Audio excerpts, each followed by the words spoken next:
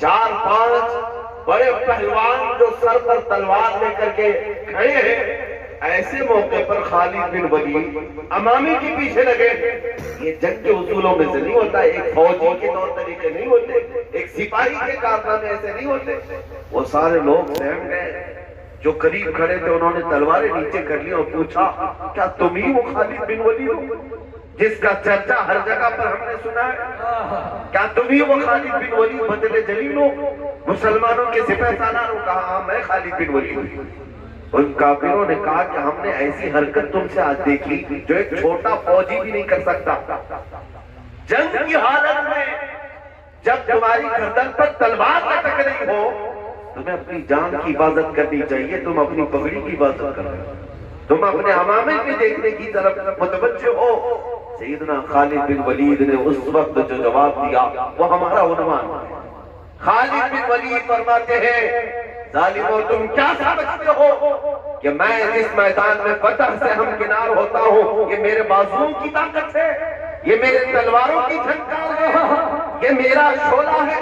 ہرگز نہیں، بلکہ میں نے اس امامے کی حفاظت کی کوشش اس لیے کی کہ اس امامے میں میرے رسول اللہ کے 3 موئے مبارک رکھے ہوئے ہیں، موئے مبارک رکھے ہیں، اور میرا یہ وجدان کہتا ہے کہ جب تک میرے سر پر وہ امامہ ہوتا ہے اللہ مجھے ہر جگہ فتح و کامرانی عطا کرتا ہے۔ نعرہ تکبیر، نعرہ رسالت، علماء سنت، حضرت مفتی سلمان صاحب قبلہ، نعرہ تکبیر۔ ظالموں اور دشمنوں کا سامنے ہونا اپنی جگہ پر، لیکن ایسے حالات میں بھی میرے نبی پاک کے تبرکات کی حفاظت اپنی جگہ پر، یہ ہے ناموس رسالت کی حفاظت۔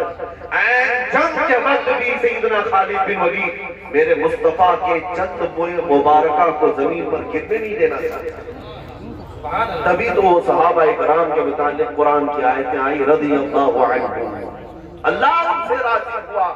عروہ بن مسعود ثقفی یہ قریش کی طرف سے ایک قاصد تھے، مکہ کی حضور پاک صلی اللہ تعالیٰ علیہ وسلم اور صحابہ کے حالات دیکھنے کے لیے حدیبیہ کے موقع پر آئے اور دیکھنے کے لیے کہ محمد صلی اللہ علیہ وسلم کے یہ فرزانے ان کے پروانے قیصر و کسریٰ فتح کرنے کی بات کرتے ہیں تو مٹھی بھر۔ اس وقت صرف اور صرف 4000 مومنین کی جماعت تھی اور یہ بات کرتے تھے ایران کی حکومت کو پلٹ دیں گے، روم کی حکومت کو پلٹ دیں گے۔ اس زمانے کی 2 سپر پاور طاقتیں تھیں، سپر پاور طاقتوں کو پلٹنے کی بات میرے آقا صلی اللہ تعالیٰ علیہ وسلم کی یہ پروانے کیا کرتے ہیں۔ تو مکہ والوں نے کہا جا کر کے دیکھ لو، بڑے ہتھیار شاید جمع کر لیے، بہت سارے اسلحے جمع کر لیے، آج ہمارے پیچھے بھی بہت سارے لوگ لگے، اچانک آ کر کے گھروں کی تلاشی لیتے ہیں کہ کہیں کچھ جمع کر کے رکھا ہے۔ ہاں ایک صاحب ایک ادھیکاری آئے تھے ہمارے آفس میں، اچانک دروازہ کھول کر ویڈیو بنا رہے تھے، ٹیبل اٹھایا، کرسی کے پیچھے دیکھا، ان کو تو ایک بلیڈ بھی نہیں ملا، ایک چاقو چھری بھی نہیں ملی۔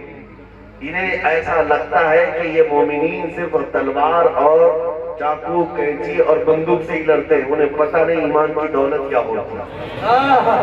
جس کے سینے میں محبت مصطفیٰ ہو وہ دنیا کے ہتھیاروں سے بے نیاز چلتا ہے، اللہ کی مدد پر اسے یقین کامل ہے۔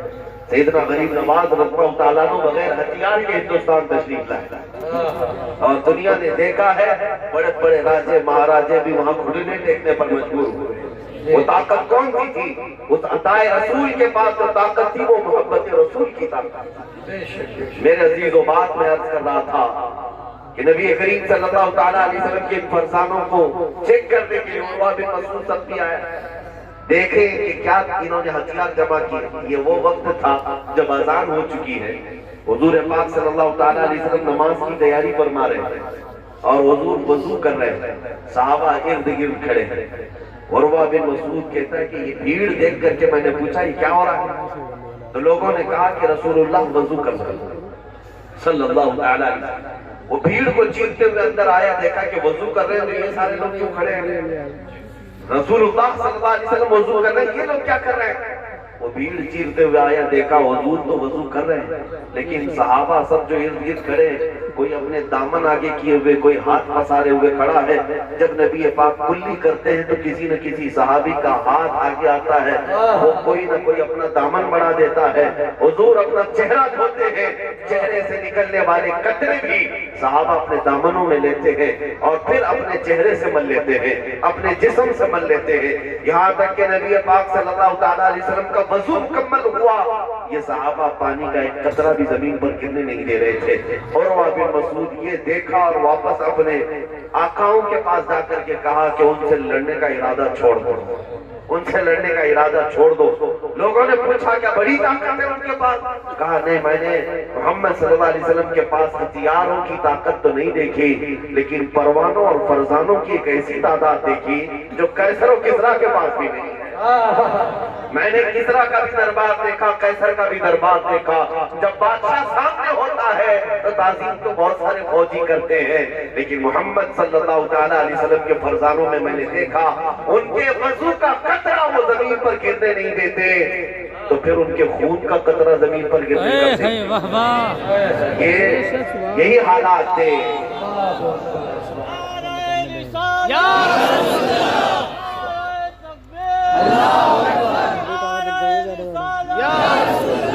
عزیزان گرامی وقار، اسی کو دیکھ کر کے کہا تھا کسی نے، دیوان گانے عشق محمد کو دیکھ کر گھبرا گئی ہے گردش دوران کرنے۔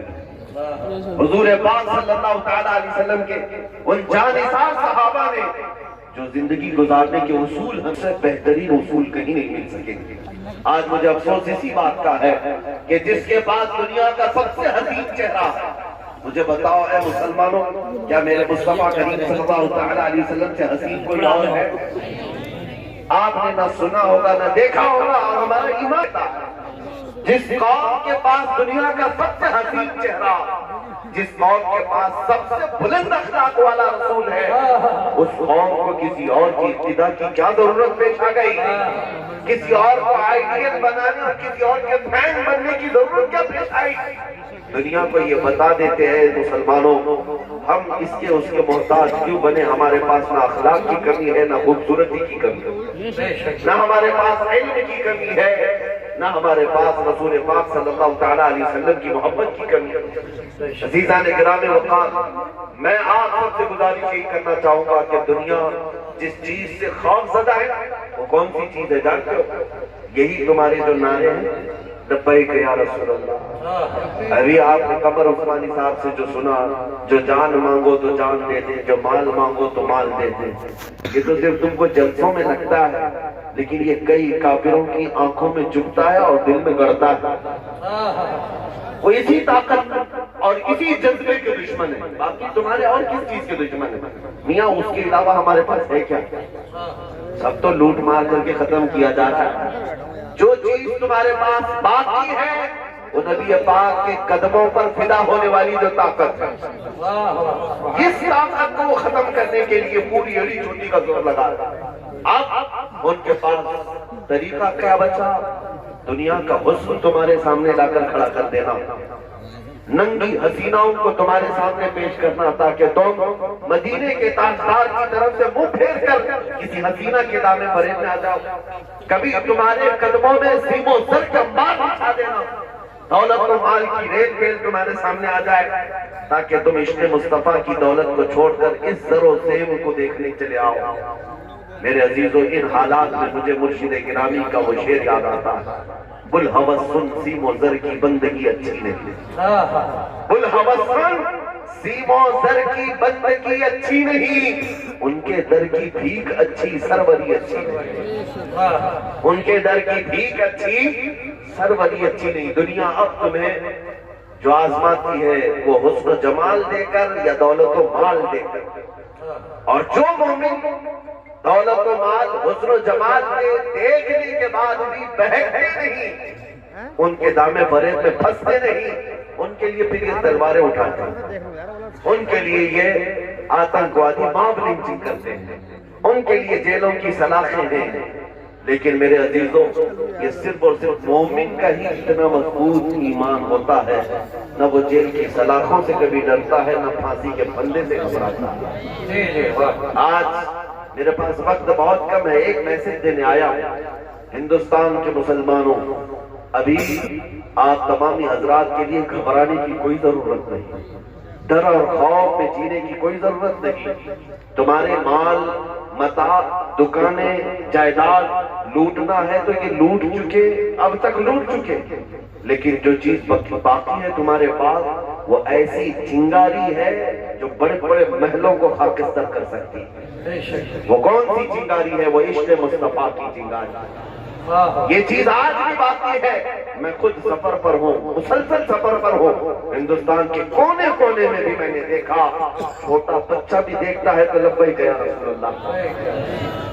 ایک وہ نوجوان جو دین سے دور بھی تھا لیکن قریب آتا ہے جلسے میں لبیک یا رسول اللہ کہہ رہا ہے، اس دن کے بعد پھر ہمیں یہ احساس ہو گیا کہ ایمان کی حرارت آج بھی موجود ہے، تمہارا یہ کچھ نہیں کر سکیں گے، زیادہ سے زیادہ خوف طاری کرنے کی کوشش کی جائے گی۔ آج ابھی ذکر کر رہے تھے دھرم سنسد کا، یہ پاکھنڈی یہ سمجھتے ہیں کہ ایک گوفے میں بیٹھ کر ایک ویڈیو بنا کر وائرل کر دیں تو مسلمانوں کے اندر دھک-دھکی لگ جائے گی، کھلبلی مچ جائے گی۔ ایسے بہت سارے کتے آئے اور چلے گئے۔ ایمان والے کل بھی سلامت تھے، آج بھی سلامت ہے، اور انشاءاللہ صبح قیامت تک ہندوستان کی سرزمین پر سجدے کیے جائیں گے، اذانیں گونجیں گی انشاءاللہ۔ جو کر سکتے ہیں وہ کر لیں۔ ان کو ایسا لگتا ہے ایک ویڈیو وائرل کرنے سے سب خوف زدہ ہو جائیں گے۔ یہی کام تو کربلا کی سرزمین پر یزید نے کیا تھا، یہی کام کوفہ پہ عبید اللہ بن زیاد نے کیا تھا، حضرت ہانی بن عروہ کو مار کر کے، حضرت امام مسلم بن عقیل کو مار کر کے گورنر ہاؤس پر لٹکا دیا کئی لاشوں کو، اور سارے کوفہ والوں کو بتا دیا دیکھو میں مار بھی سکتا ہوں، قتل بھی کر سکتا ہوں، ڈر کے اندر ہو جاؤ۔ تو کیا مسلم بن عقیل کے قتل کے بعد، ہانی بن عروہ کے قتل کے بعد، امام حسین کی شہادت کے بعد اسلام ٹھنڈا پڑ گیا؟ اسلام ختم ہو گیا؟ بلکہ اس کے بعد پھر ہمارا یہ نعرہ ہے اسلام زندہ ہوتا ہے ہر کربلا سے۔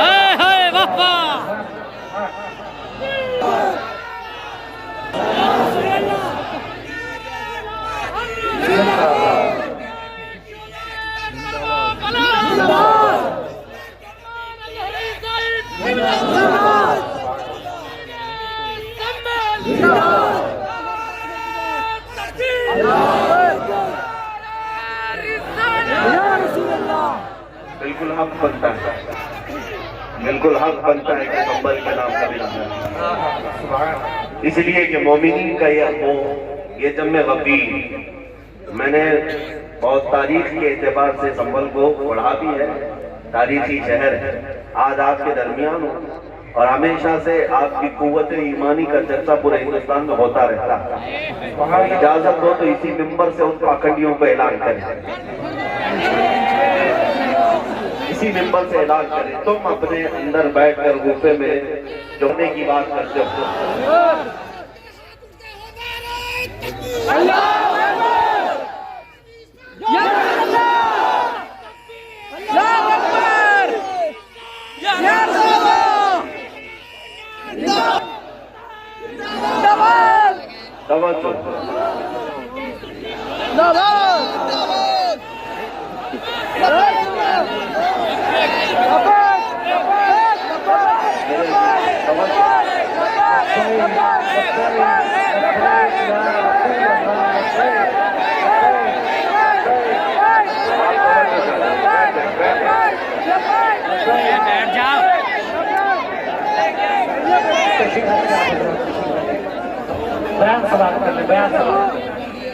بیان سے بات کر لیں، بیان کی طرف توجہ کریں، نعرے تو ہو جائے گا، بیان کی طرف توجہ کریں۔ میرے عزیزوں، جلسے روز ہوتے ہیں ہندوستان میں اور نعرے بھی روز لگتے ہیں، لیکن یہ جو نعرے ہیں یہ رگے جان کو پھڑکانے والے ہیں، یہ یوں ہی نہیں لگ رہے، یہ کسی مقرر کے لیے لگنے والے نعرے نہیں ہیں، یہ نام مصطفیٰ پر جو خون گرم ہوتا اس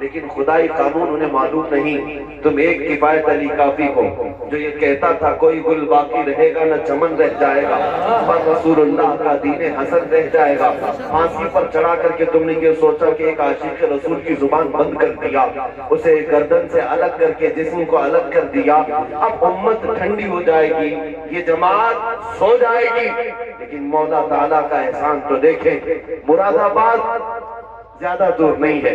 کفایت علی کافی کو یہاں پھانسی پر چڑھا رہا ہے انگریز, اور مولا پڑوس میں بریلی میں امام احمد رضا کو پیدا ہے.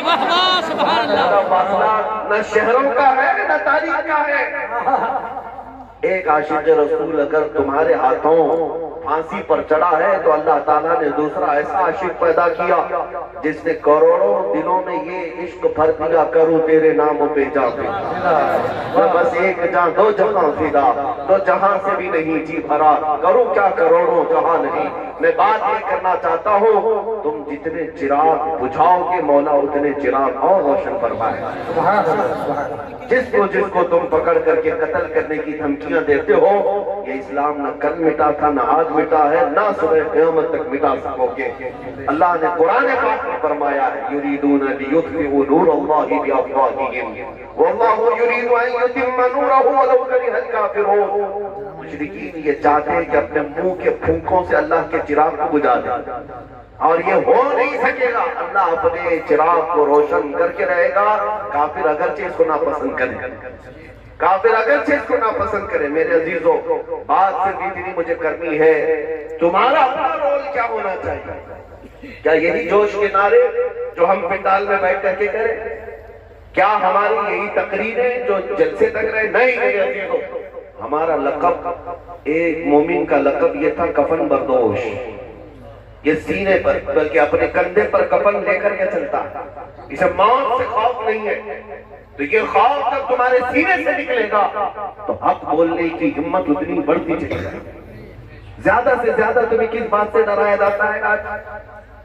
پھانسی سے, یہ سب سے ہائیسٹ سزا ہے, یا جیل سے.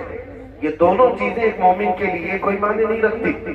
جیل کی سلاخوں پر جانے کے بعد بزرگوں نے لکھا بھی ہے کہ اے مومن گھبرانا نہیں, اگر مصطفیٰ کے نام پر گیا ہے, اگر نبی پاک کے نام پر گیا ہے تو اندر جانے کے بعد ہو سکتا ہے تیری ماں, تیری بیوی, تیرے بھائی دیکھنے نہ آئے, لیکن ایک رات ضرور آئے گی جب تاجدار مدینہ کو تشریف. وہ بھی خوف نہیں رکھنا. حضور کے انتظار میں ہم دن کاٹ لیں گے, حضور کے انتظار میں ہم راتیں کاٹ لیں گے.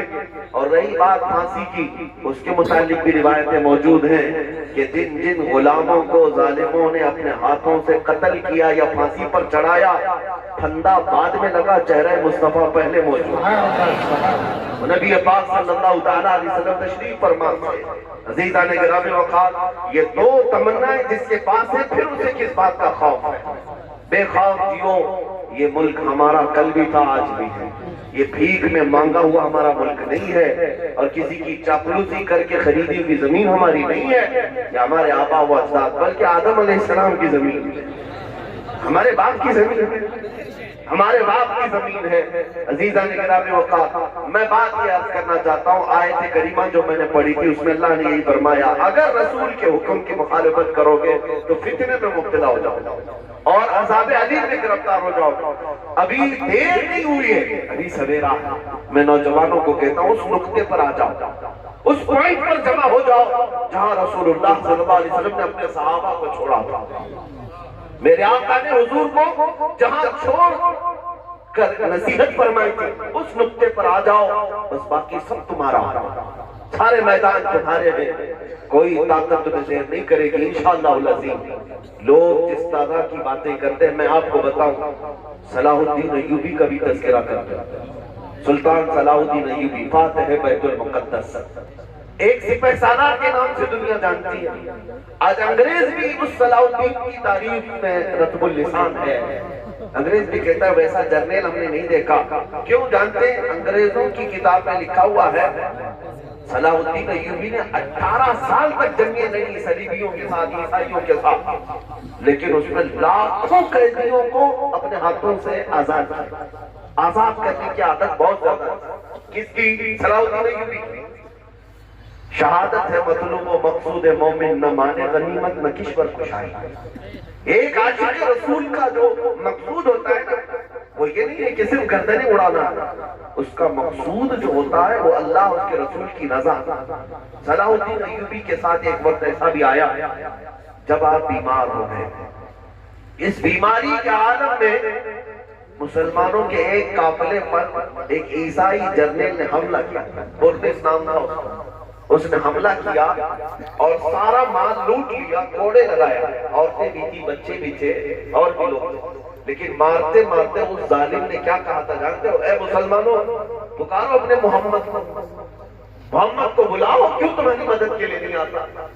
معاذ اللہ رب العالمین، جب وہ اس طرح کے تانے دے دے کر کے مال لوٹ رہا تھا اور سارے لوگوں کو نہتا پا کر کے مار رہا تھا، لوٹا ہوا قافلہ، یہ تاراج قافلہ جب واپس لوٹا تو صلاح الدین ایوبی سے شکایت کی کہ سلطان اسلام ہمارے ساتھ ایسے معاملات ہوئے۔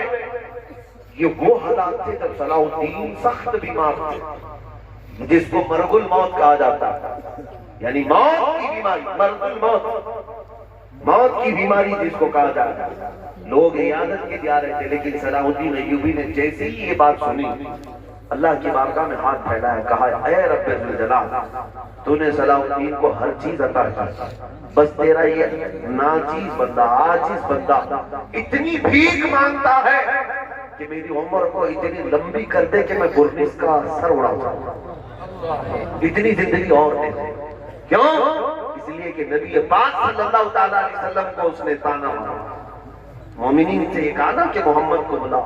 صلاح الدین ایوبی بیماری کے عالم میں یہ دعا کرتے رہے، 2.5 سال کا عرصہ گزرا، 2.5 سال کے بعد آپ شفا یاب ہوئے، صحت مند ہوئے، اور اس کے بعد کھڑے ہوئے اور تلوار لے کر کے نکلے، مومنین کی فوج کو جگہ جگہ روانہ کیا، مار کے ہوئے۔ ایک دن وہ آ بھی گیا جب یہ برنس ہتھے چڑھ گیا مسلمان، ہاں گرفتار ہو گیا، اور مسلمان جب فاتح کی حیثیت سے بیت المقدس میں آئے اور اس برنس کو پکڑ کر کے لائے۔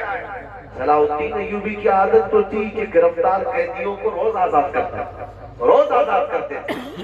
اس دن بھی جتنے قیدی آئے تھے ان میں سے اکثر کو آزاد کیا۔ جب برنس کا نمبر آیا، اس نے کہا اے صلاح الدین، تمہاری عادت تو ہمیں پتا ہے کہ تم گرفتار قیدیوں کو معافی کے بعد آزاد کر دیتے ہو، میں بھی معافی مانگتا ہوں، مجھے اپنے وطن جانے دیتے۔ صلاح الدین ایوبی نے ایک تاریخی جملہ کہا، اے برنس، اگر تجھے میں معاف کر دیا تو اللہ کا عذاب مجھے گرفتار ہے، میں اللہ کا عذاب میں گرفتار ہو جاؤں گا۔ تیری زبان سے میں نے وہ نازیبا کلمہ سنا ہے جس کو ایک مومن سن کر کے زندہ رہنا بیکار سمجھتا ہے۔ صلاح الدین ایوبی نے تلوار لہرائی اور اس کی گردن پر رکھ کر کے کہا، آج سے 2.5 سال پہلے تو نے مسلمانوں سے کہا تھا کہ بلاؤ محمد کہاں ہے، دیکھ اس محمد نے صلاح الدین کو بھیجا ہے تیرا سر قلم کر۔ نعرہ تکبیر، صلی اللہ تعالیٰ علیہ وسلم، اس کا سر قلم کیا۔ لیکن جو بات مجھے عرض کرنی ہے وہ یہ ہے میرے عزیزوں، یہ جو 2.5 سال کا عرصہ گزرا نا، جو بیماری کے عالم میں تھے صلاح الدین ایوبی، یہ 2.5 سال کے بارے میں ان کے شاگرد اور ان کے فوجی روایت کرتے ہیں، ایک دن بھی ہم نے صلاح الدین کو پیر پھیلا کر سوتے ہوئے نہیں دیکھا۔ 2.5 سال تک پیر پھیلا کر کے نہیں سویا، بیمار بھی تھے۔ لوگ کہتے کہ لمبا سو جائیں، وہ کہتے جلال میں آ کر کہ تم مجھے سیدھا سانے کی بات کرتے ہو، جبکہ میرے اوپر ابھی فرض باقی ہے میرے نبی پاک کو گالی۔ اس فرض کی جب تک سبکدوشی نہ ہو میں اپنے پیر لمبے نہیں کروں۔ یہ تھے ہمارے سلاطین اسلام، ان کو اللہ تعالیٰ نے جو فتوحات عطا کی ہے وہ وفائے مصطفیٰ